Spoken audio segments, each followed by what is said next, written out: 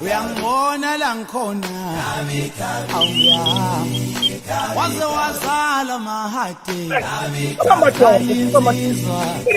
wazala Oh, happy Monday, happy freaking Monday, happy Women's Month bafethu. Bengithi abantu besifazane bazoba ngumsindo bathi pu pu pu pu pu pu.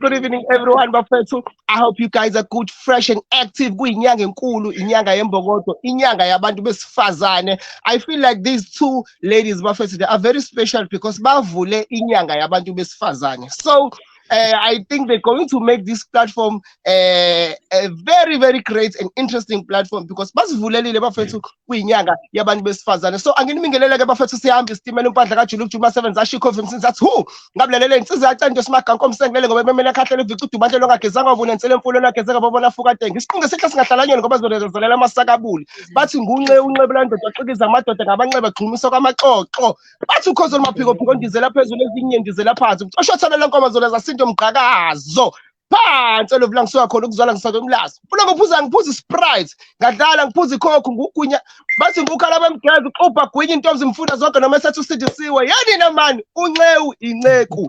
Happy Monday bafethu, it's NK1 show, your #1 online show with the most #1 presenter in the whole world. Ngingahambi ngedwa bafethu, ngihamba with the most beautiful lady in the world. Mira, Mira on the wall. Hello, Mira. Boo, boo, boo, boo. Boo, boo, boo.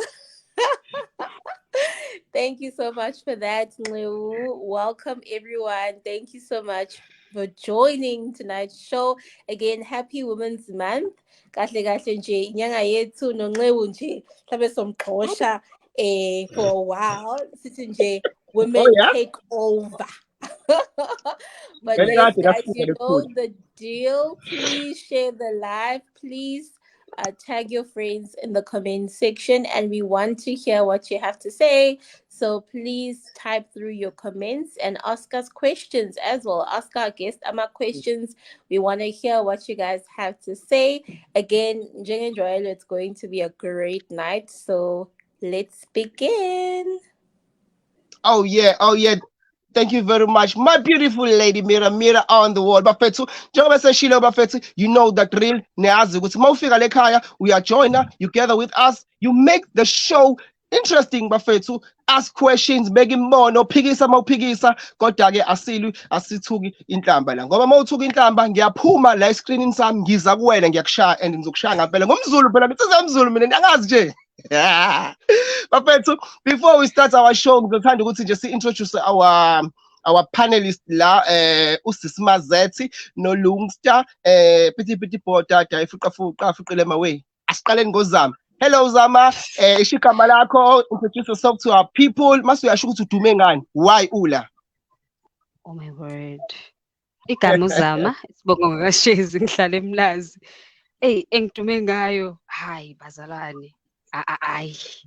Sengishilo nje bazalwane, ngaziwa ngokuthi nje usisi okholwayo ethandela uNkulunkulu nje.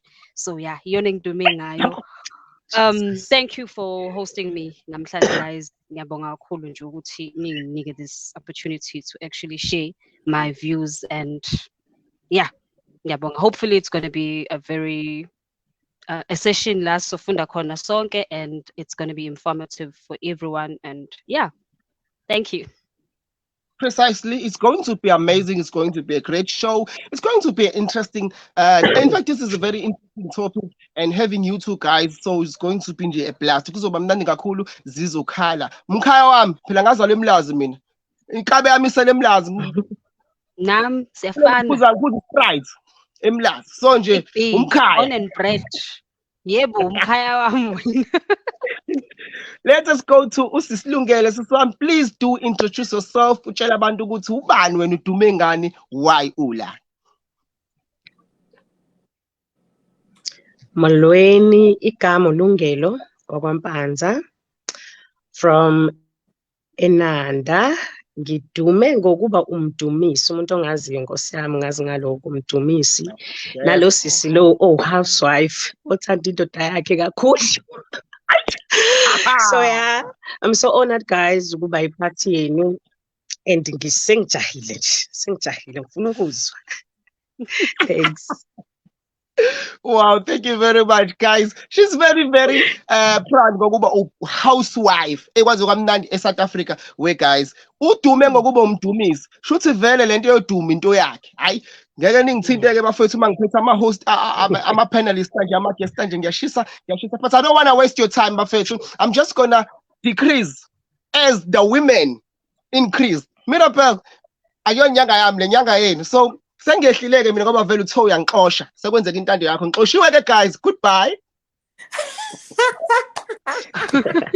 Nkosi yami.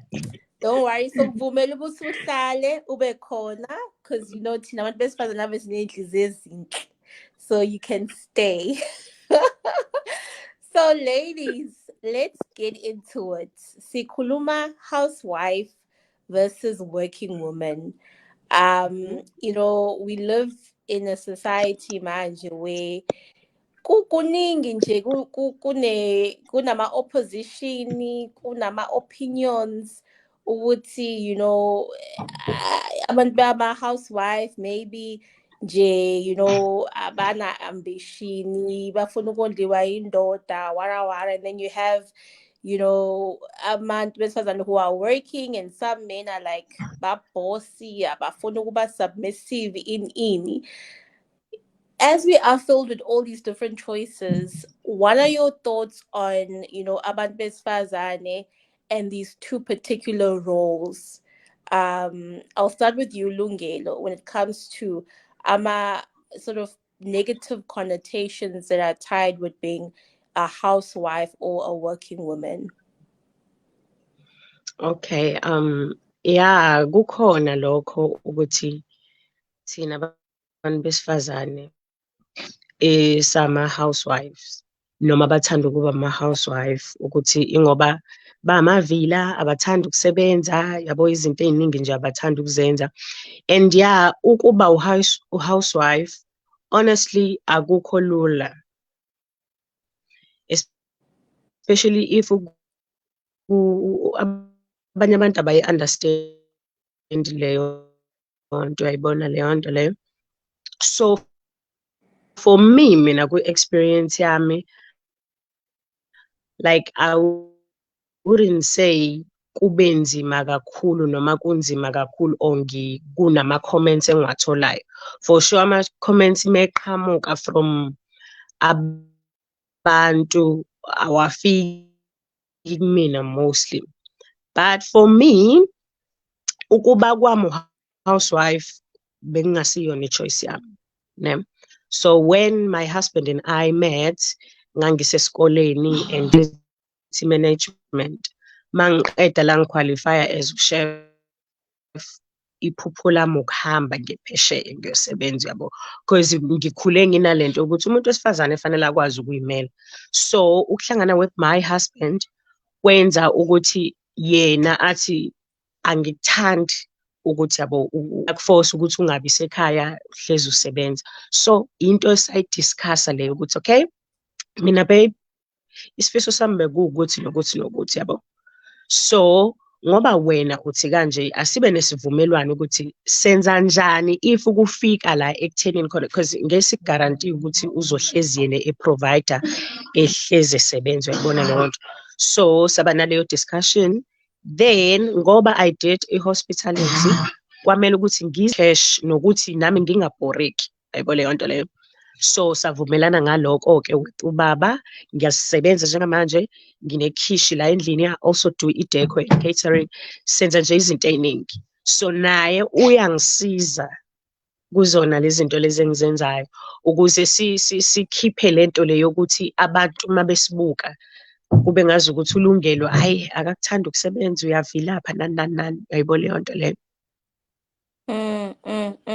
And thank you for sharing that, Sisi. And what would be a response yakho to abantu, especially women who say, you know, ukuba a housewife you risk because what if indoda ikushiya and then awunamsebenzi, like all stable wara wara.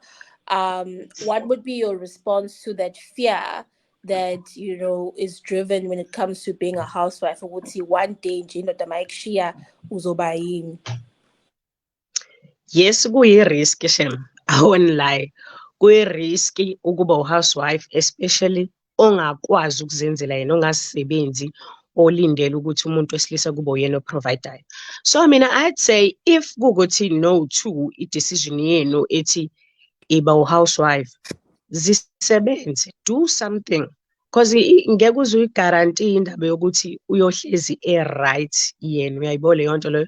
So it's safe for you ukuthi be u-housewife oyisebenzayo ofundile futhi, ukuze if kukhona something eyenzakalayo, let's say uyakushiya ubaba noma uphelelwa umsebenzi, ukwazi ukusukuma wenze something, impilo iqhubeke. And lento leyo ukuthi fanele ubeke imali njalo ube nestash. Uthi ngale Ya nje iba nekhadi lakho, elingaziwa, uma ukuthi uyakwazi ukumfihlela ukuthi angalazi, wazi ukuthi mekhipha imali engaka noma kungena imali engaka, khona imali kufanele iye ngale, ifihle just ukuthi ube safe, serious, because ngeke uze uguarantee indaba yokuthi uyohlezi provide. What if ulahlekelwe umsebenzi? What if kuyabheda kwi-relationship? Uyayibona leyo nto? Okay, ladies, backup plan. All right, moving to you, Sis Zama. You know, regarding these two roles, you know, what are your thoughts when it comes to the working woman and, you know, controversy surrounding as well as the controversy surrounding housewives? Okay, thank you, Siswami. I'd like to mention ukuthi I'm a full-time mom. I've got 2 kids. Yeah? And with that being said, I'm a full-time mom, and again, I'm a full-time employee. So it's kind of hard to balance the two. Unzima to balance the two. I need to get home. Ngihlala ney'ngane zami zo-2, mina nazo kanje sibhekene like all day, every day. So I need to get home and show ukuthi ama-homework enziwe, ngiyaklina endlini, ngiyapheka endlini. I'm exhausted ngibuya emsebenzini. Uyayibona leyo nto? I'm exhausted ngibuya emsebenzini. Okay, fine, I'm not married. Let's say I'm married. Ngikhathele, indoda angeke ngibe naso isikhathi sayo because ngicike ubani emsebenzini, imanager. I'm like, it's the truth. Iqiniso. When we women esisebenzayo sikhathele, we don't have time. Like yonke into, we are emotional beings. So yonke into sithatha ngama-emotion. Akaboni yini ukuthi ngikhathele, ngathi ngine-stress kanje. Yabona, we have those comments ukuthi yibo ngeke mina ngikhathele kabi. Okokuqala ngine-stress. Yabona, like recently iy'ngane, they feed from my energy. My kids feed from my energy. So if I'm not okay, kunzima to actually focus on ukubakhulisa or ukubafundisa ukwenza ama-homework to ensure ukuthi ama-homework enziwe nazo zonke lezo zinto yabo. So with that being said, myself, yebo ngifundile and ngisazoqhubeka ngenza amanye ama-certificates, but nginalento yokuthi I would love to be a housewife. I would love to be. I want to be able to take care of my kids without iwari ziyazi ingane mazibuya esikoleni uma ukhona. Yonke into ilungile.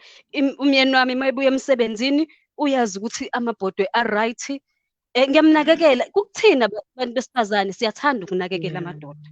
Siyathanda ukubanika uthando, like siyali-expressa thina uthando. It's not always us saying ngiyakuthanda myeni wami, but izinto engizenzayo to make a house ibe a-home, to be warm. So umuntu wesifazane who's a housewife now, I'd say njengoba kade esho usisi Lungster ukuthi uyayisebenza, which is good. I'm happy, I'm proud of you. Mina I'm in a journey of where ngifuna ukuthola umsebenzi ozongisebenzisela ekhaya, full time remote. because I'm tired of this thing ukuthi ngiyahamba ngemsebenzini, I'm exhausted, ngidila ne-manager. Like not so long ago I had i-stress emsebenzini to a point where if benginawo plan B bengizoshiya phansi, but plan B so with that being said, ngine-stress, ngibuye ey'nganeni, iy'ngane nanka ama-homework ifanele senze ama-spelling test, ifanele kwenziwe yonke leya nto leya. Angikwazi ukwenza lokho, so seziya-affect-eka iy'ngane because mina I'm a working mom and a full-time mom futhi. Ngiyasebenza, nazi ney'ngane ziyangidinga lana as uma ukuthi uma abe khona abe responsible. Ayikho into emnandi sis Longster if ungakabe naye umntwana mase uzoba naye. Ayikho into emnandi if like ukuzibona ukufundisa ingane yakho i-understanda ibamba, ubona ingane yakho isithatha incwadi ifunda, wazi ukuthi iqalwe yimina. Ayikho into emnandi njengaleyo. Ithi ma, ngiyakwazi ukufunda lokho. It's so fulfilling. It's so fulfilling. Yes, ngiya-understanda isikhathi esiphila kusona sesiba nabantu abasizayo endlini, of which angikudespise lokho, but ngisho ukuthi there are things ezidinga wena as a mother. Like for example, makunama esikoleni kunama-sports, mhlambe your child is participating, you need to be there. Uzosenza kanjani isikhathi sokuya kuma-sports nangumlungu? So nobabili abazali anikho, ingane iya-affecteka. I don't wanna lie, I was affected by that. Mina ngakhula ngiwumuntu wama-sports, but none of my parents ever supported lento yama-sports. Ayingiphathanga kahle leyo nto. So now nginalento yokuthi I want to be a better mom to my kids. I want to be there. Ngifuna ukuyenza sure ukuthi ngaso sonke isikhathi, if it means ngithatha unpaid leave, then so shall it be. I want to be there for my kids. Uyayibona leyo nto. So being a full-time mom, kumnandi, I don't wanna lie. Kumnandi ukubona iy'ngane zakho zikhula, iy'ngane ziyajabula, kuwoma ekhaya. Kuwoma ekhaya nomyeni mase kuthiwa nginaye-ke mhla ngaba naye. Uzofika uthi mefika, iy'ngane zijabulile, kumnandi ekhaya. Like it's less stress. It's less stress ukungasebenzi, and knowing that I have a backup, my husband is there. Okay, let's say I'm a full-time housewife. Ngihlala ekhaya, mhlambe probably I'm not working and I'm dependent on my husband. I need to, like, we have to be wise women. Isikhathi esiphila kusona sibiza ukuthi uma umuntu wesifazane uhlakaniphe. There are a lot of investment opportunities out there. Do your research. There are amalontunjana, what you call Ellen Gray, unga and there's this thing yaga. I do my research on these things on my investment because I don't want to work for the rest of my life. If it happens that I don't get married, but I want to retire early, khona ngiyazi ukuthi there is something engisustainayo. Yabo, because lento yokusebenza, I don't want to lie, bazalwane, bantu abasemsakazweni, lento yokusebenza as us women, exhauster. If exhaust, I'm so happy for you.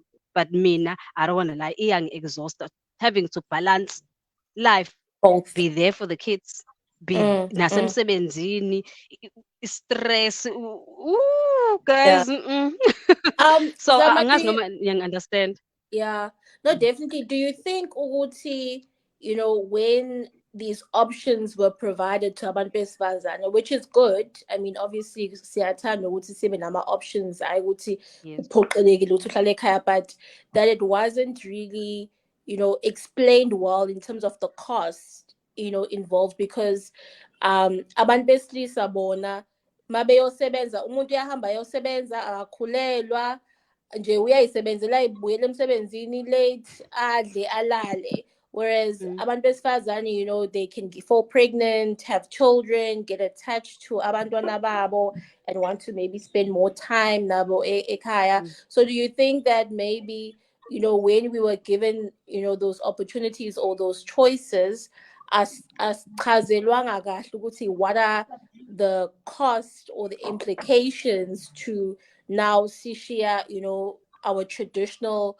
roles for workplace? Ngingasho ukuthi sichazelanga kahle, because mawubheka even emasontweni nowadays it being emphasized abantu besifazane fanele bayimele, yabo yonke leyo nto, like ngathi iyasuswa kancane, singanakile in a way i-role yomuntu wesilisa. Umuntu wesilisa mayefika nginemoto, nginomuzi, nginakho konke, uvela ngazi ukuthi okay, what must to happen, what am I, like, uyayibona leyo nto. noma nganayo nayo imoto abe nayo umuzi, like abe nayo mhlambe uthola ukuthi kwilevel la, it is very hard for a woman to actually be submissive to her husband if vele naye high up there. Angisho ukuthi singabi high up there, but we need also to remember lithini izwi about us women. So ayichazanga kahle lento. Even today njengoba ngisho ukuthi ngisho emabandleni iya emphasize. Mina kade ngikhuluma with one of my colleagues ukuthi mina yazi angithandi ngiyakujaja as umuntu wesilisa mawuthi mina ngifuna umuntu wesifazane esizokwazi ukulekelelana naye ozosebenza ngisebenze. Why fanele size silingane? Why? One sizolingana uzovuma ukuthi okay fine sihambe sosebenza mina. Zonke izinto ama financial expenses ala endlini kufanele sihafulelane. Okay, if that's the case ke nama chores ala endlini asibe nama game. Uyapheka ingane mayikhala uyavuka nawe. Yebo, angithi siyahafulelana, asihafulelane kona konke. That's a good point. If ngizokhokhela ugesi nokhokhela ibond, shuthi ebusuku ingane mayikhala ngo1, nawe uyavuka uyalala nami ngiyavuka ekuseni emsebenzini. Yonke into half 50-50 yonke. Yebo. Mase yabona mase sisho kanjalo ke iyaqala inkinga. Uyaqala phela uyavuka ukuthi mina ngiyindoda. Iyavuka lento ukuthi ngiyindoda. Okay, provide for us as a man. Provide for your family. Mina ngeke ngize ngikuphuce leyo nto yakho ukuthi uyindoda. Yebo leyo nto. It's easy to submit to indoda that is providing for your family yakhe, that is there for his family. Okhona ngayikhathi zonke. Emotionally available. Uyayibona leyo nto.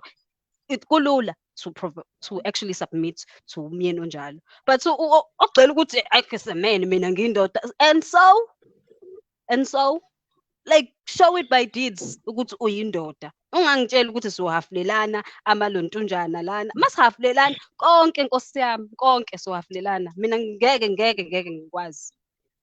Ngeke. Oh, thank you. So Lungelo, what are your thoughts on that? Indaba zabantu besilisa manje abathi bafuna u50-50, indoda isafuna ukuprovide, ifuna umuntu osebenzayo ozokhipha u50-50. Hayi ngeke shame, nami ngivumelana noSizana. If uthi akuba u50-50, ngempela sihlukaniselane yonke indawo bakwethu ngeke. Angivumi shame.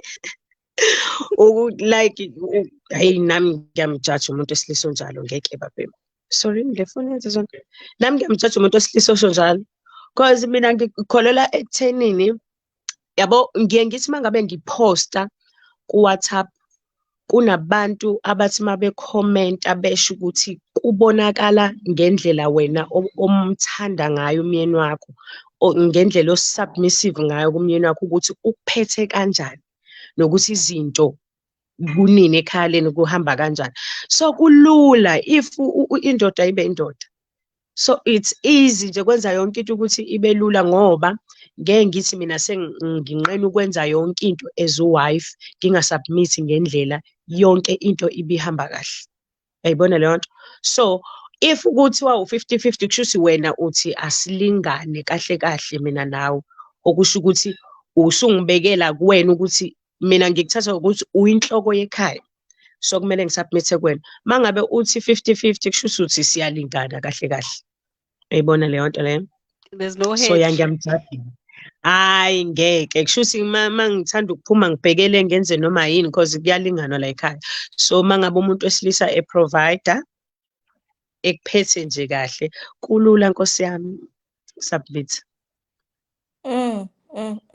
Once khuluma nge-submission, because abantu besifazane abanye balisaba leli gama leli lokuthi siyasubmita, and hlezi kuthiwa abantu besifazane abasebenzayo abathandi ukusubmit.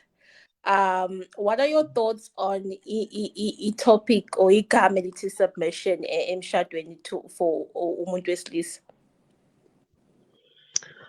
Well, mina engakusho ukuthi ukusubmita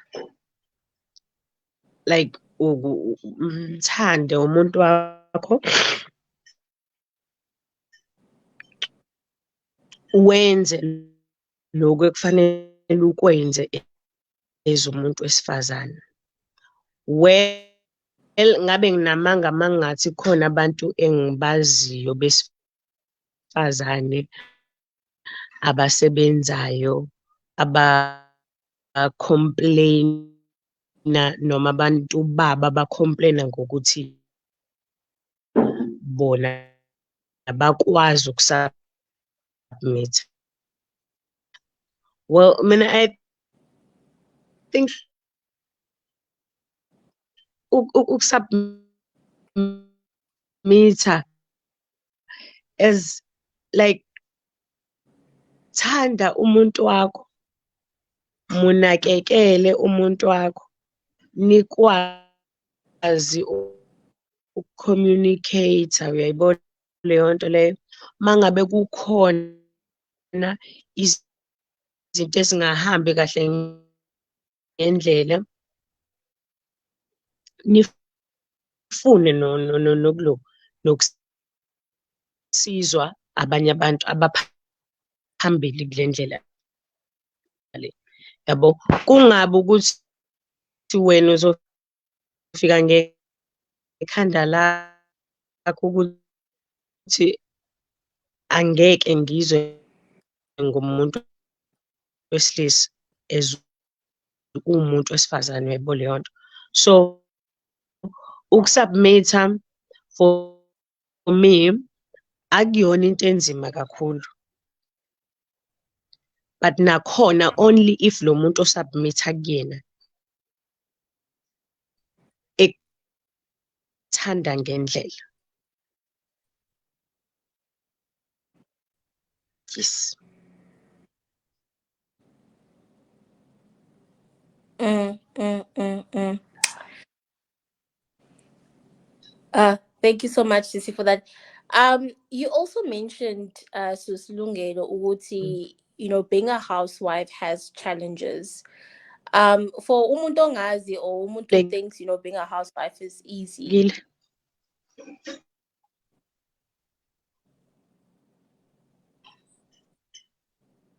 Can you hear me? Ngiyazwakala? Yes. Yebo. Okay, I thank think you. unama-network issues. Okay. Sis Lungelo, can you hear me?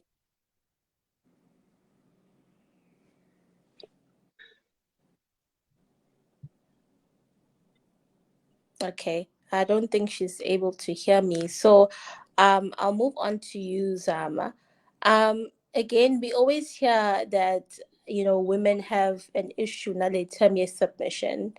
What in your, thoughts is submission? What is it? And why do you think Kona this, issue with the word submission, especially towards abantu besifazane? Yes, sengiyakuzwa kade uthule uyazwakala. Okay, great. I'll just pose that question to Zama if she can just explain that to us. Yeah. Yes, I can hear you. Okay, Nyangizwa? Yes. Ngiyazwakala. Okay, Ngiyakuzwa. i-submission, ake ngithi the word has been misused for eside isikhathi, yabo. Engazuthi libheke kubantu besifazane kakhulu, kanti submission comes both sides. Submission. Loving your wife is you submitting to your wife. Me loving my husband, because the Bible also instructs me to also love my husband. If singayazi leyo, then like submission comes both sides. You are taking care of the family, I'm also taking care of the family. I'm doing my part. You do your part, I do my part. So you are submitting in your way, I'm also responding in submission. Uyayibona leyo nto. So submission comes both sides. And ihamba nokuzihlisa nokusithoba nokwazi futhi you are not always right. You are not always right. Uyayibona leyo nto. Ungahlezi ukhandashisa because when you are the head of the family, now you are always right. There's nothing wrong with you know. And like your wife also has to have a view on anything enikhulumayo or a point on whatever you guys inizama ukuyi-raise or whatever enikhuluma ngayo. So I'd say i-submission comes both sides. It's not ayistikhile kumuntu wesifazane kuphela. Ayistikhile kumuntu wesifazane kuphela. You do your part, I do my part. That's submission. That's good. And we often hear, especially from working women, Zama ukuthi, I won't submit to a man onganayo imali ini.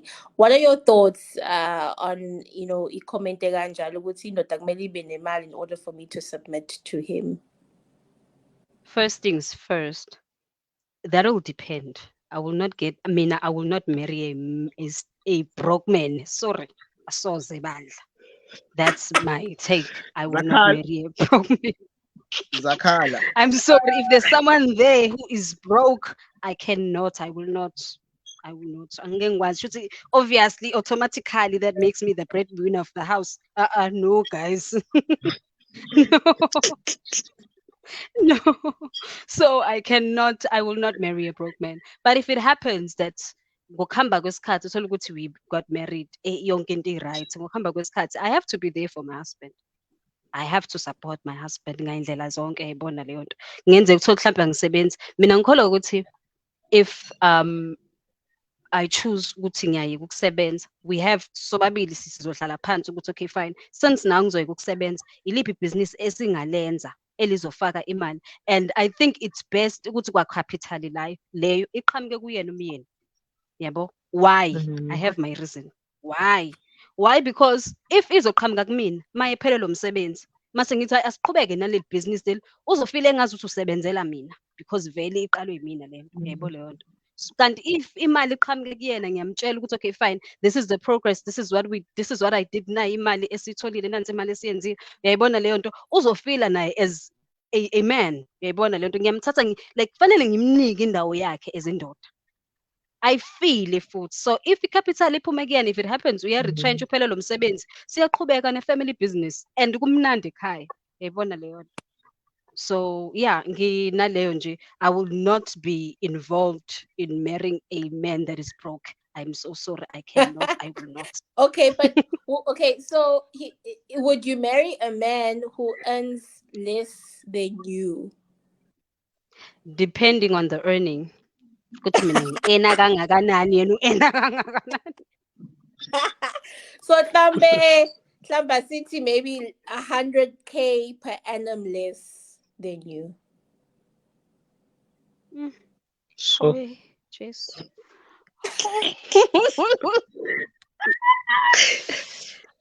Kodwa I'd say if ezokwazi ukuprovide for the family, I wouldn't have a problem. Leyo nto izongiphoqa ukuthi ngiqhubeke ngisebenze. Lento engayifuni mina. Yebo leyo nto. Lento engayifuni mina. I don't want to work for the rest of my life. Like I don't want to work until ngi-retire. So ungifaka in a very tight position ngoba there are emotions involved. Mase shada nje sengiyamthanda vele. So manje ngibuka ukuthi uhola nje. Yo, ngenile. I-first date cela ama-payslip. Cela ama-payslip kwi-first date guys, ngeke. Khona ngizokwenza i-decision ukuthi am I really set up for this or not. But ke to be honest, money shouldn't be a factor kakhulu. Money shouldn't be a factor kakhulu, akusiyo into. Njoba ngisho ukuthi there are ways to make money. Sizoyenza business naye, we can invest on some bonds azosigenerate income, probably azosilethela ama-returns. Come again? You see, you can invest ka Vidilog. Khuleka phakathi, khuleka phakathi Vidilog. Dalo. Wathi ungena nje ngabe ngithi bho. Ngihlezi nje ngibona ama-post mesithi sisonke khuleka.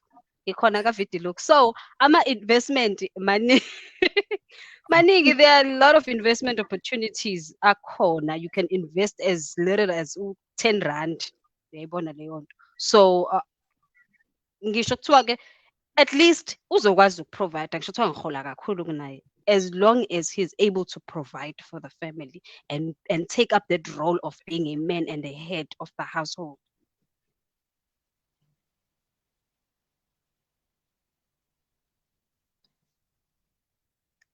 Sisingqozwakala. Angazi noma mina yini. Akazwakali. Nqoba? Oh. Okay. Uyenza le kade uyenzile nawe. No, let me figure out ngimbuyise. Madoda ziyakhala. I hope you guys are listening. Bafethu ziyakhala kumele sisebenze bafethu. These people don't want to marry us because we are broke. So please bafethu sebenzani.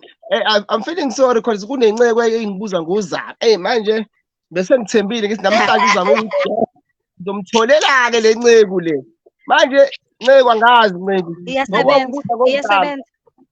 Iyasebenza. Nceko sicela uzame Nceko bandla ukuthi wenze sure ukuthi uyathola ukuthi uzama uhola malini mawuthi uhola less uzame Nceko uyabonasa ngoDisemba angazi kodwa iphakathi la nje laziwa mina ngazi siyamangazi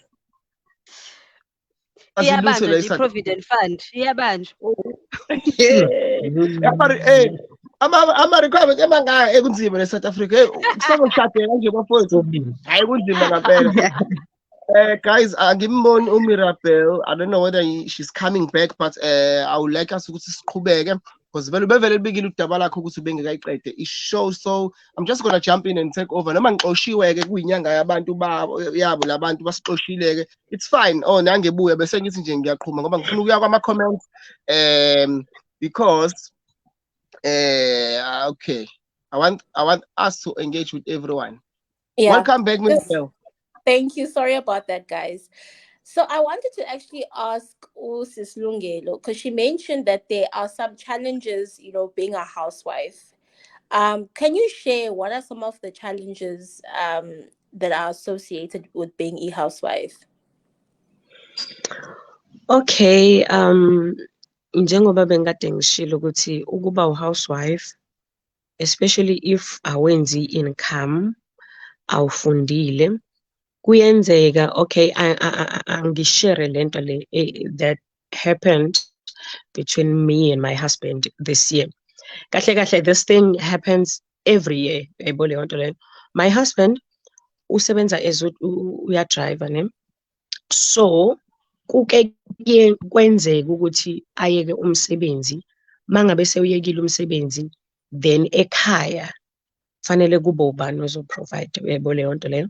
So ever since we got married siba naleyo nto leyo seze like sesiyazi ukuthi njalo mangabe kuzokwenzeka sinawo uplan B. So me as housewife ozisebenzayo kuba ngconywana noma mina inani le mali engiyilethayo endlini ingeke izifike enanini yena alilethayo kodwa yenza umehluko endlini. For example, bengasebenzi for the past 6 months. He recently got umsebenzi and kuwona wonke lo 6 months mubuka makuthiwa bengasebenzi ngingenzi lutho nje endlini bengabe senza njani sonke lesikhathi lesi uyayibona leyo nto. So noma uzisebenza udecide noma ni decide nina ukuthi ube housewife, make sure that you do something kuba khona income because nizoba nenkinga ngenzenzwana endlini mangabe ngasasebenzi uhappy. Uyayibona leyo nto leyo imali ingasangeni. Imagine nina no2 nizwana kanjani mangabe imali ingasangeni. As much as sisho ukuthi imali ayingabi i-main factor but ibalekile kwi-relationship. So as much as bekuba nzimana kodwa kungcono kunokuhlala ngingenzi lutho. Uyayibona leyo nto and imagine nefamily sizongibuka kanjani ukuthi we ayike sekumele siphume manje siyoboleka imali ebantwini. Uyayibona leyo nto and mina-ke into enesikweleti angiyifuni. So kusize kakhulu noma kusiza kakhulu ukuthi nami kukhona engikwenzayo futhi naye mangabe ese-right esho ukuthi no makukhona okungenayo from your side kubeka eceleni ungakusebenzisi sizokubona makuthiwa khona izinto emergency eziqhamukayo, then kube lula kuqhubekwe kuphilwe. Yeah. Those are very wise words, siyabonga sis. And you know, siyasibone la abantu besifazane a lot bekhuluma when it comes to being a housewife bethi it's almost like uyi-slave sendoda, you know, indoda ilahla phansi thish van qosh fane uwashe yonke into. What are your thoughts? I mean, is being a housewife a slave where you literally do every single thing for umuntu wesilisa? For me, angikuboni as ukugqilazeka noma uzoba isigqila, but I think leyo nto idependa ekutheni eyizathwini ezikwenza ukuthi ube housewife. Mina, for example, I know ukuthi my man iyapheka, iyakuthanda ukudla, iyayithanda indawo eclean. So kumina into eyenza ukuthi kube lula ngoba kwazona lezo zinto engizenzayo for him, izinto engizithandayo, engaziyo futhi ukuthi naye uyazithanda. So akukho la engifile khona sengazuthi ngeke ngiyahlukumezeka, ngiyaqilazeka, uyabo leyo nto leyo. And sometimes naye mangabe ekwazi available uyakwazi ukuthi angisize, because kwesinye isikhathi ukabuya emsebenzini athi okay namhlanje kupheka mina, uyayibona leyo nto. So angeke ngize ngifile ngazuthi ngisigqila lapho ngibe ngibona ukuthi naye kwesinye isikhathi uyangilekelela. And futhi I think kufanele ukuthi uyithande leyo nto. Sabantu asifani, yes, I understand ukuthi kunabantu besifazane othi mina indaba yomsebenzi wasendlini nje angiyithandi. So for sure vele lowo muntu uzofila singazuthi uyagqilazeka, uyayibona leyo nto. So iyadependa ekuthenini izathu nini ezenza ukuthi nize decide ukuthi u-wife noma uzoyidecide wena ukuthi ube u-housewife ziphezu kwaziphi izathu isinqumo. That's good. So cool. So abantu abafuna ukuba ama-housewife, I hope you guys are taking notes because this is very, very, very, very important.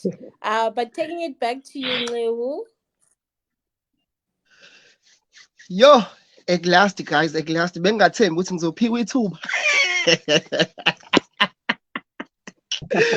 But I come back, bafethu. I'm hearing you ladies niyakhuluma la bafethu. Because I can see there's a lot of men. Hope you guys are taking notes, bafethu. Akumelanga sibe broke. Indoda must also submit. I'm learning. Indoda must also submit. Indoda must also put in hand, bafethu, in the house chores. Akona umsebenzi wabantu besifazane kuphela lokho. Even though you are married to a housewife, but you need to do something because umfazi wakho is not a slave. Again, ngicela ukuphinda leli point ngiyagcizelela kuthiwa men mustn't be broke, men must provide. Yeah, men must provide. Ngisho izinto eyishula, ngisho izinto eziqhamuka kumina, ngisho izinto engizizwela guys. So angifuni ukuthi nishaye mina ngamatshe. So Nceke uma ukuthi i-payslip yakhe right, ngicela ukuthi ungi-inbox noma uvele uyithumele straight lapha kumnikazi wayo. Ungabisathi hi, ungabisashela, thumela i-payslip uzobe sazi yena. Meqoma uzothi approve, then mase ziyakhala ngithatha inamba zikhali. Umuntu osebenzayo uyaqhubeka uyafunda noma ezoba housewife. So uzoba no housewife ozobe shaya ama bombastic words ekhaya, uzoba no housewife ozobe ebuka ku YouTube epheka eshala ipoto elingasukumi phansi. Let me visit to my comments guys. Sibona ukuthi abantu bethu bathini maningi kakhulu ama comments, but ngizothatha lapha nalaphana. Ungathi mhlawumbe asikuthandi makuthi asikulokhuzanga. Nange Unqobile Zindela is saying no. Zama, being submissive to a man into oyifunda ekhaya. No need to hold off on my dream so that I'll be able to submit to. Listen, guys, okay, it's fine. Mina owami ubaba wayemlekelela kuthina. He once told us ukuthi sasize silale. Nqobile, I'm not understanding. Ngazuthi anganoma isikhathi utype khona igama olimisayo noma umixa izinto.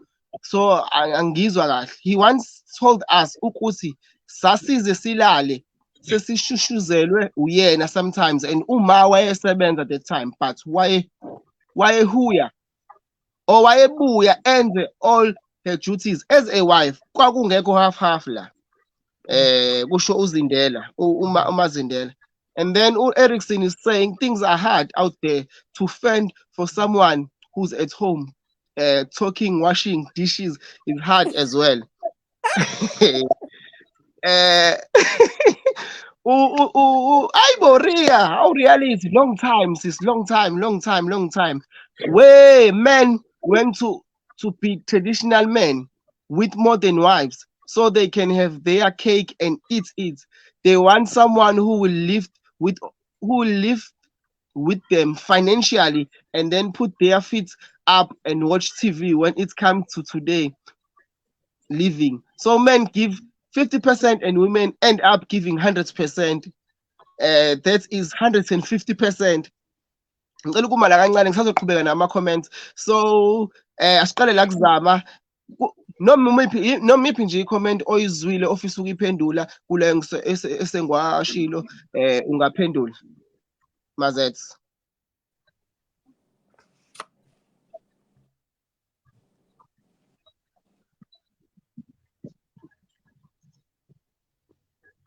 Mashezi.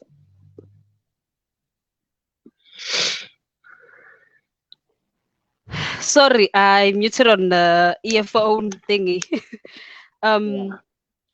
Okay, so ngizofunda eka Nqobile Zindela. Ngizocela uqale ngifunde because I have my phone here with me. Ngivule laptop la. Ithi no, Zama, being submissive to a man into oyifunda ekhaya. No need to hold off my dreams so that I'll be able to be submissive. Mina owami ubaba wayemlekelela uma kuthina. He once told us ukuthi sasize silale sesishushuzelwe uyena. Sometimes uma wayesebe or sasize silale sishushuzelwe uyena sometimes uma wayesebenza at the time but wayebuya enze all her duties as a wife. Kwakungekho half la. Okay. Point number 1, I said submission comes both sides. Ne? So you do your part, I do my part. So if I'm not available to take care of the kids, as a husband, you have to be available. Like kukhona izimo eyiphoqayo ukuthi okay, you have to intervene as a man. You have to be there. So I'm not saying stop your dreams, stop your careers, but all I'm saying is be available for your kids, for your family as a wife. Don't prioritize kakhulu umsebenzi wakho. Umsebenzi wakho awungabi ingqoshishili, zangabi into ehamba phambili more than labantu balethela emhlabeni or your husband. Uyayibona leyo nto. Leyo nto mina engizama ukuyi-emphasize ukuthi asingathathi imisebenzi sibeke ibe yinto ephambili. Number 1. Ayingabi umsebenzi wami awungabi number 1 because emsebenzini ngiyastresseka. Mina umsebenzi engiwusebenzayo I deal kakhulu nabantu. Ngidila kakhulu nabantu and i-manager yami, I don't wanna lie, uyangimaketha nje loya baba guys, uyangimaketha loya baba. So ngiyawuthanda umsebenzi wami mina, ngiyathanda ukusiza abantu yabo. I'm always laughing, I'm that person, I'm known as that person. Umuntu mefika kumina nenkinga, I'm an IT support technician. So umuntu mefika idinga usizo kumina ngiyamsiza nje, anginankinga. But somehow i-manager yami finds a way ukuthi athole indlela yokungincindezela.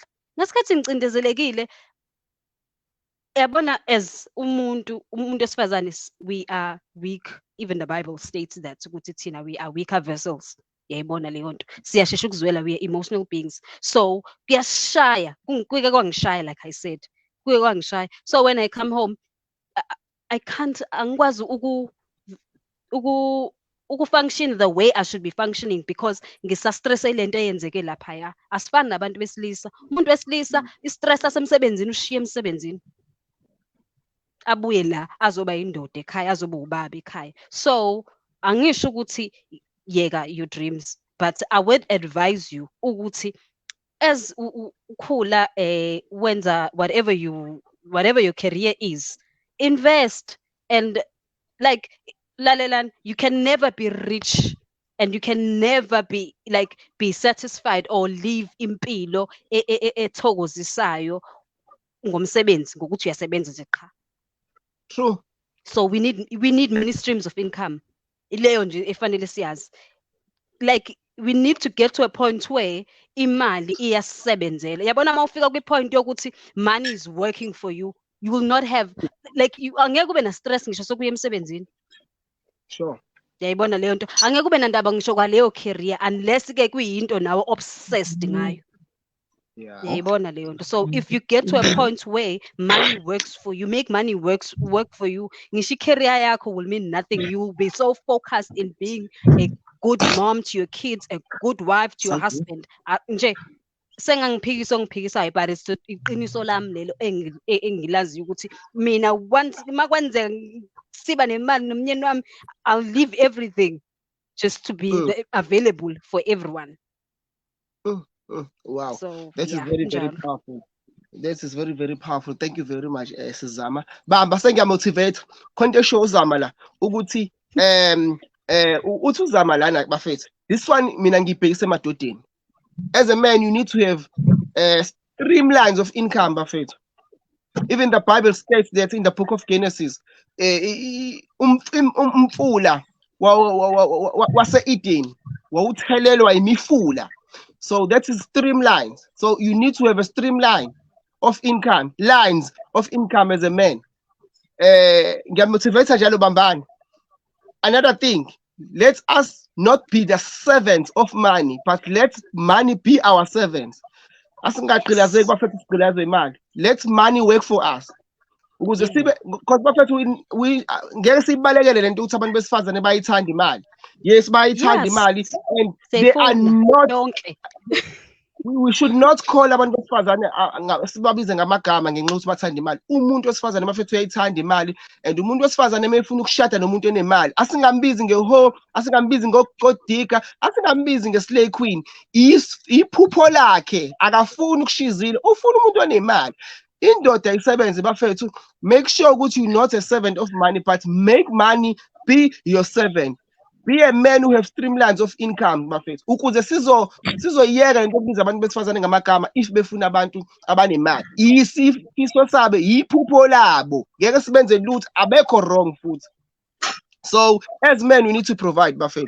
Angithathi side mina niyangazi ngiyawathanda amadoda and I'm always for men. Let us see amanye ama comments.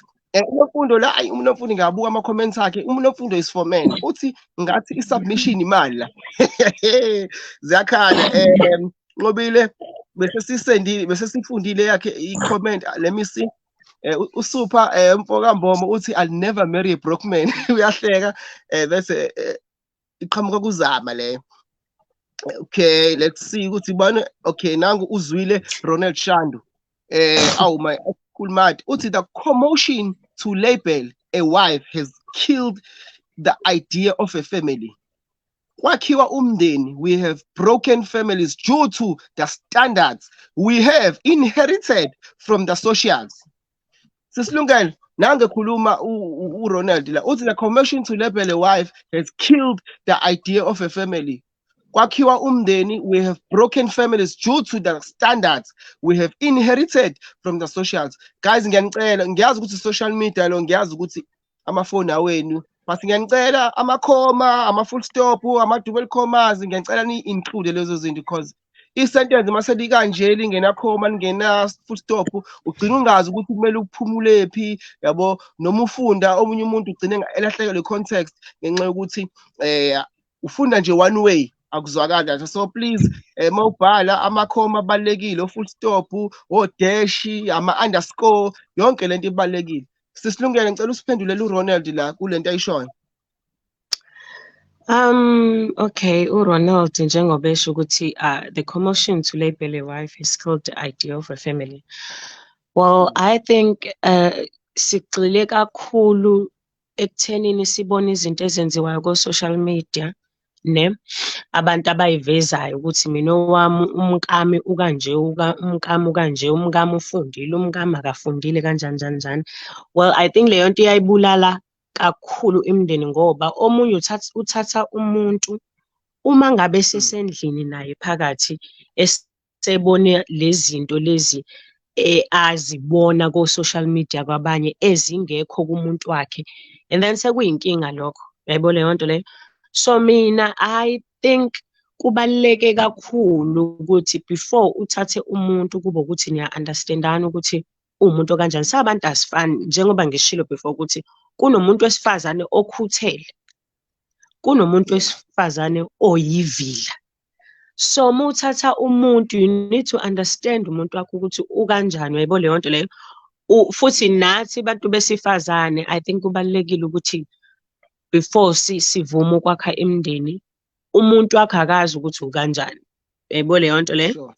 Azi umuntu wakho uma ungazwani nje nokuwasha izitsha ukuthi awuthandi wena ukuwasha izitsha, ngoba if kukuthi awumtsheli nizoba nenkinga mesenisendlini phakathi.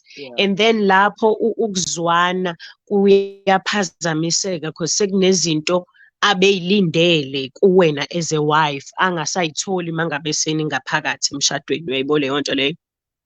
So it's very important ukuthi be with umuntu and understand nayo naye yonke into ibe clear. Sure. Yes. I love that one. I love that one. I hope you guys are listening. Asiyeke bafethu uku-influencer izinto ku-social media. Asiyekeni ukuthi because one of the things engihleze ngizisho ngiyikhuluma bafethu ukuthi as men, I'm always for men. Lento eyokuthi bafethu siyilwele sizama ukuyiphikisa sisivula amabhayibheli lento yokuthi men are providers. Mele siyeke.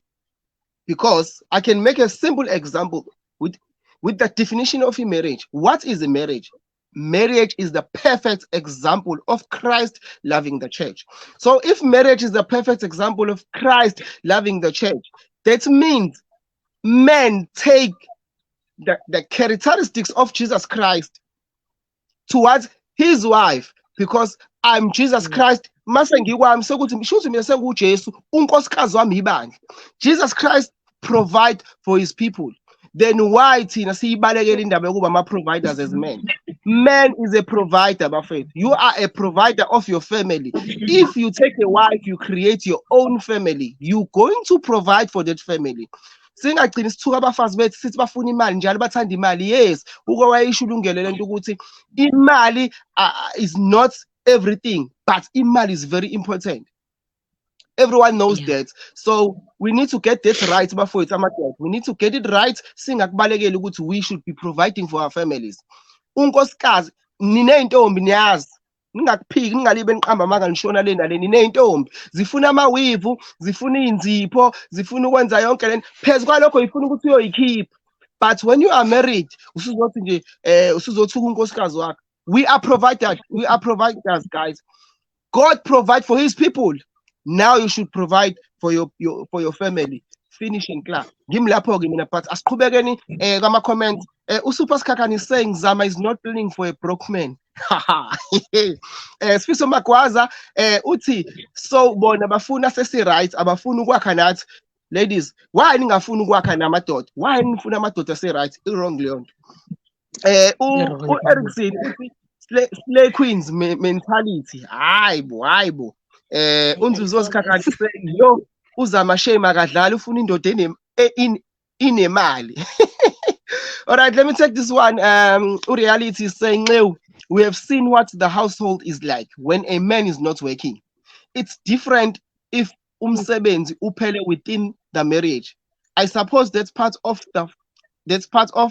for the better or worse.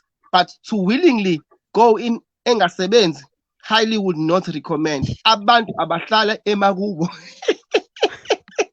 True. Yo. Ngiyazile ukuthi uZama uzoyigibela fast le ngingako. All right. Aphinda athi uNomfundo, but now what about him? Is he forced to work for the rest of his life? What is being a man of the household? Imali. If you let imali and you're not present, all right? And if you a present husband and a father kodwa awukho kahle emalini, kusho ukuthi awusiyona indoda. Ngiyama kule comment, ngicela sikhulume ngale comment. Zama ngiqala kuwena. Mawuthanda ungaqala ngale ngaphezulu ngoba ngikubonile ukuthi iyakushisa, and then can we focus on this comment? Okay, angiyiboni lana, cela ungiphindela yona bhuti wami. But now what about him? Is he forced to work for the rest of his life? What is being a man of the household? Imali. if uletha imali and you're not present, right? If you are a present husband and a father, kodwa awukho emalini, kusho ukuthi awusiyo indoda enough. What a good Okay, question. I'll answer that. Okay, I spoke about investment. I spoke about starting something, starting a business or anything. Sure. In this day and time, I wouldn't want a husband who's looking to work until he retire. 60. No, we need to do something sobabili. Uyayibona leyo nto ezokwazi ukuthi, like, we need to build a legacy, not only for me but also for the kids abazokwazi ukuthi baqhubeke nayo when we are not there, even a legacy ezosustaina generations and generations to come. Uyayibona leyo nto. So I ukuthi he's a husband because uyasebenza, but as siqala singena in this marriage thing, akuba ukuthi he's able to provide, uyasebenza khona sokwazi to build on something. Uyayibona leyo nto ukuthi ngoba uyasebenza, okay, asithatheni u20% of your income and invest or siyibeke towards i-capital yokuqala leyanto. Uyayibona leyo nto. You don't have, I don't want you to work for the rest of your life. We need to relax, we need to go kuma-vacation, zisale iy'ngane sihambe nomyeni wami siyongcebeleka. Uyayibona leyo nto. Hayi ukuthi uyasebenza all year in year out. No. So ukuthi njengoba ngisho ukuthi I will not get into marriage engasebenzi, enganayo indlela to actually provide for the family. Ngenzeka ukuthi akasebenzi uyayisebenza, I'm happy he's able to provide for the family. Uyayibona leyo nto. As long as he is able to provide for the family, angeke abe dependent on me. Sithi ibekwa nje use-dependent on me, angeke ngikwazi. I will not. I will not, because ngizoba nenkinga ngokuhamba kwesikhathi. Makuthiwa ke zithi ibekwa ngi-dependent on him, mhlawumbe ngokuhamba kwesikhathi ashayeke kube ukuthi ke uyahluleka lapha nalapha, ngizongenelela as ilontunjana, as a wife. Kufanele ngifihle ihlazo likamyeni wami, angabona izwi ukuthi akasakwazi ukuprovide. Uyayibona leyo nto. Akufanele kwazi mina naye la endlini ukuthi yo kwaze kwanzima. Sure. Yeah. So to answer that, ngiyacabanga ukuthi uphendulekile usisi. Wow. Bafethu ngiyabona njalo uZama, ngifuna ukucacisa akashadile. So ngifuna ukucacisa ukuthi akashadile uZama. Ningazi silosi so powerful kangaka. No. Powerful and single and available.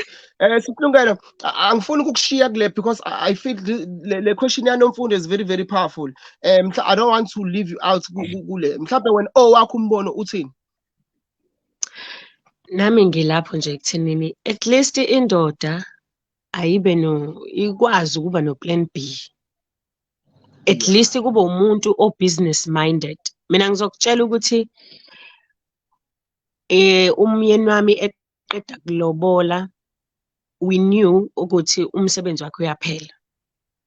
But angizange ngibe worried. Do you know why? Ngoba indoda kubalekile ukuthi kube umuntu ikhuthale indoda. And ngangazi ukuthi angeke size sixakeke ngoba uyashesha ukucabanga ukuthi okay, ngoba ke umsebenzi uyaphela, let's do something. Yabo? Asivule ibhizinisi elithile, uba involved kuyona yonke into mina engiqalile eyibhizinisi njengoba ngiyisebenza.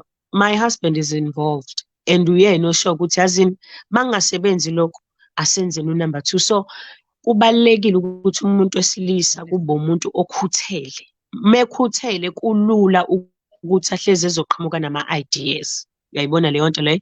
So nje mina ngangekho worried ukuthi ngishada nomuntu ozophelelwa umsebenzi after 3 months. Uyayibona leyo nto leyo, because umqondo wakhe ufast, ukhuthele futhi and uyakuthanda ukuprovide. Yabo mangabe engasebenzi uyambona nje ukuthi akabi right ngoba unaleyo nto ukuthi mina I provide ukuze ikhaya lethu libe right, kube sibe happy ngaso sonke isikhathi. I have to make sure that I provide for you guys. So yeah, umuntu wesilisa nje akakhuthale, Nkosi yami, akhuthale. Wow. Masikhothi ivesi nje indaba yokukhuthala. uNkulunkulu lithi iBhayibheli wafethu akazeli akalali. So we can refer that to men. Indoda akumele ilale. Yes, lala, but musukulala. Kumele uhlezi ulala. Always know ukuthi okay, uthini plan B makwenzeka lokhu ngizokwenza njani. So indoda ayibe umuntu onjalo. So lana we have a very good panelist because nomuntu osingile oshimile Zama ngeke ngibe ngithi usingile ushimile nje. Sinomuntu oshimile mase sizoba nomuntu oshadile. So i-perception yakhe uZama noma ngabe ingapowerful kanjani but ithi kanje ngoba iringa yekho but mase fika uLungile afaka isigcilizi. So wonke umuntu nolalelo ongashadile uyayizwa i-perception yazama ayizwe kahle ukuthi no okay futhi nami mase ngingena la kuzoba kanje and then mase yagxiviza uLungile lapha athi hayi mina ngishadile sengikhuluma into engiyaziyo mase uba ne-confirmation ukuthi no man it is what it is. So masimlandela ama-guest asivele sikhethe nomba siyabheka sihlole asilale ebusuku asilala sozeli samadoda no plan B. Yeah, NK1 show is my wife ningangibuza ukuthi angishadi ngani. All right guys, because of time sesiyaqeda but kunento kunama comments awuthiwe ngifuna ukuwafunda la very interesting from Erickson Makosini no Super Skakani. Erickson Makosini is saying this is how you found one rich dude dating 10 girls just because he can afford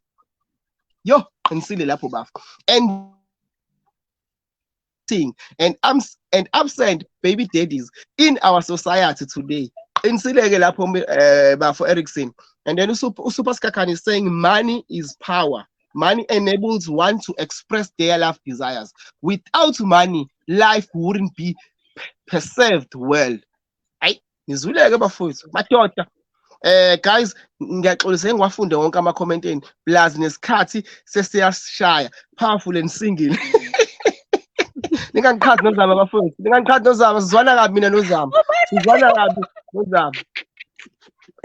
Athi ngibo zibekwa nje usu dependent on me. Asinayo i-pocket ka-God no Jesus. Ladies, ngicela noxolela amadoda bafethu if they can't provide, they don't have a pocket of God and Jesus.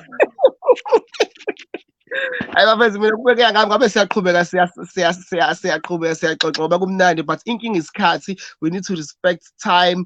Mrs. Mpanza, may we be granted ngabayeni abanjalo. Nkosi yami uyakhala Nqobile. Mrs. Mpanza ngicela uyikhulekele le ngane Nkosi yami.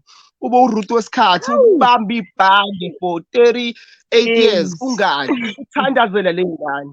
38 years ungadli Nkosi yami uyithandazele le ngane ukuthola indoda enjengawe ufika ukuthi babanikeze indoda enjengeyami mase uthi phinde baba ubanike enjengobrother yethu yabo ubambe nje ibhande Nkosi yami baba ibhande ubakhulekele Jesu ingane ziyakhala ngiyabona la kahle kahle uNqobile befuna ukuthi ubakhulekele ukuthi bathola indoda enjengami but enjengoNceu but ngenxa ye-public uyanqena washo indirect ukuthi indoda enjengeyabo ukuze ninganaki. But it's fine, Nqobile, sayithola Nqobile, sayithola, it's fine. Yo guys, maningi kakhulu ama-comments. Our guests ngicela abafethu maniqeda manithola isikhathi please do go through the live niyophendula ama-comments kubantu ngoba asikwazi ukuthi siwaqede wonke la. If you get time, go to Facebook ungene kwama-comment nibaphendule and guys please do share the live. Ayiphelile-ke la namhlanje, next week sisana u-part 2 nginilandele nje futhi abanye osisi ngeke nginitshele ukuthi bazobe bethini bona but nje u-part 2 khona next week. This is the only show bafethu that has the interesting topic each and every week. Asinishaye ngetopic emnandi, next week sinishaye ngebhorayo. Each and every week bafethu sihleze zikhala, each and every week ziyalila sinje. Njengoba ngihleze nginitshela ukuthi this is your number 1 online show with your number 1 in the world. Imina lo. Your number 1 presenter, program director in the world. That is your boy, Brother Nqoba. Thank you very much, guys, for everyone who engaged with us. Please do share the live. Zintokazi, ngimile ekutheni, if we are not willing to take on what scriptures say concerning being a husband and being a wife, asiyeke abantu bahlale emakubo bo.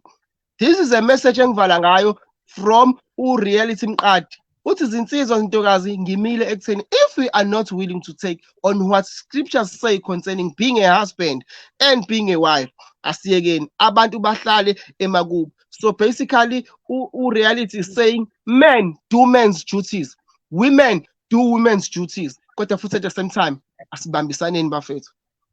Asibambisaneni. So, sister girl, before we close, angazi mhlawumbe khona sesofuna ukusho mhlawumbe ongavala ngakho concerning everything esesikhulume ngayo noma whatever that is in your heart ongakwazanga ukuyisho mhlawumbe uyisho concerning nje everything.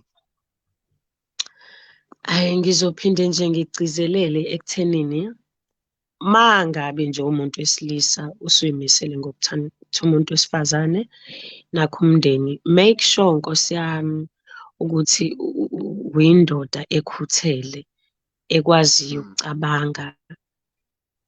Kubalekile futhi ukuthatha umuntu ozokwazi ukuhlalelana nayo, yayibo leyo nto, to avoid nje zonke lezi zinto ukuthi abantu bagcine sebehlukana.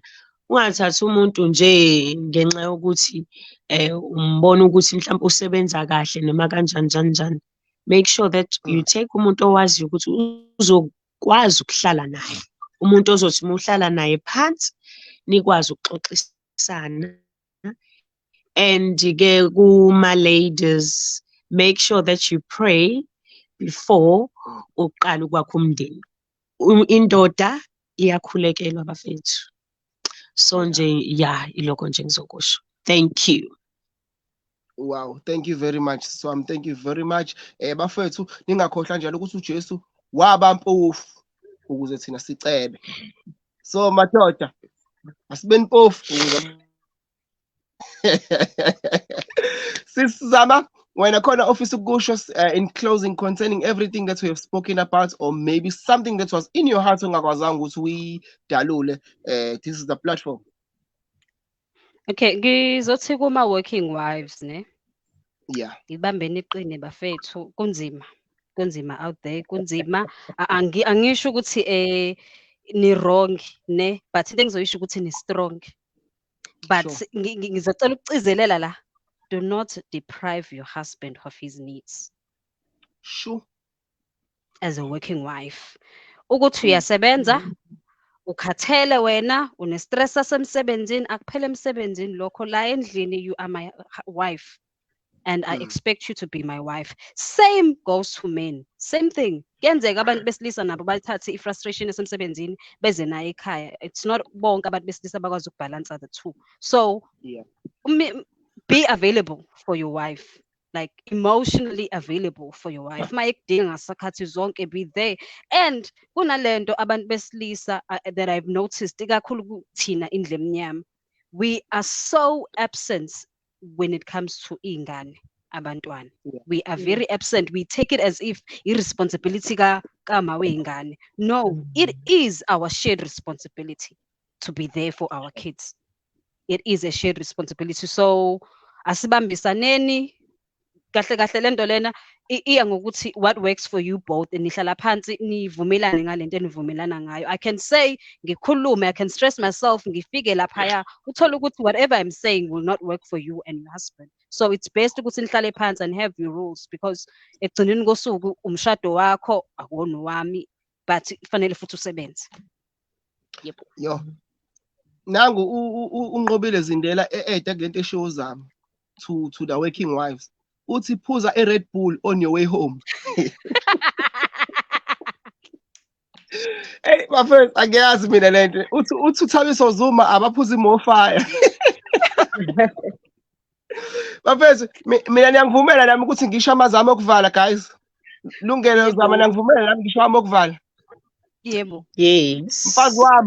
Mfazi wami makuthi la uyangibuka. Ungafuni kakhulu wemama. Ungafuni kakhulu mama. Zobu housewife mama, ungafuni kakhulu. Ma ukuthi ufundile mkami. Ayikho hospitality, ngicela ukuthi uyifunde, shiya leyo, shiya kubo dokotela, vele ushiye phansi nje, nithini semester noma course, shiya phansi leyo semester ma ugijimele ka hospitality nkosikazi, ngiyacela mama, ngicela nje Nqewu, ngiyacela nkosi yami. Shiya mama, ungafuni kakhulu, ma ukuthi already usunayo i-hospitality and usufundele ukuthi shiya phansi mama, ngikhona mina, shiya phansi. Wena nje kumele uyopheka, ingane zami zidle kahle, ngidle kahle nami. So xoxa mhlawumbe i-Wi-Fi la wenza izoqala ko 40k, ungafuni kakhulu mama, ngoba le mali oyifundelayo ngizokunika yona nkosikazi wami. Makuthi uyabuka mama nje ngithi nkosi yami Nqewu, nkosi yami, hawu Nqewu, Nqeba le ndoda Nkosi yami, mama waxiza amadoda ngamanxeba agxumisa kwamaxoxo. Ngiyakhuleka kuwe Nkosi yami, nkosikazi wami omuhle. Aw, my beautiful wife, Nkosi yami. Hey, thandazani phelaze nani. Guys, thank you very much for watching and engaging with us. You always make this show a most interesting one, online show. So thank you very much, Bafethu. And thank you very much Thank to our you panelists for hosting us. and Zama. They were so amazing, bafethu. Njengoba nginitshelile nginithembisile ukuthi bazokwenza le show ibe mnandi kakhulu, basivulele inyanga kamnandi kakhulu. Naba sebesho bathi ivale mfana, ngivala ngempela ke manje. Yabona ke manje sengiyivala ke manje, ngivala lokho kushube ngempela. Ngidlala ubahuphe bafethu. Monday, working wife.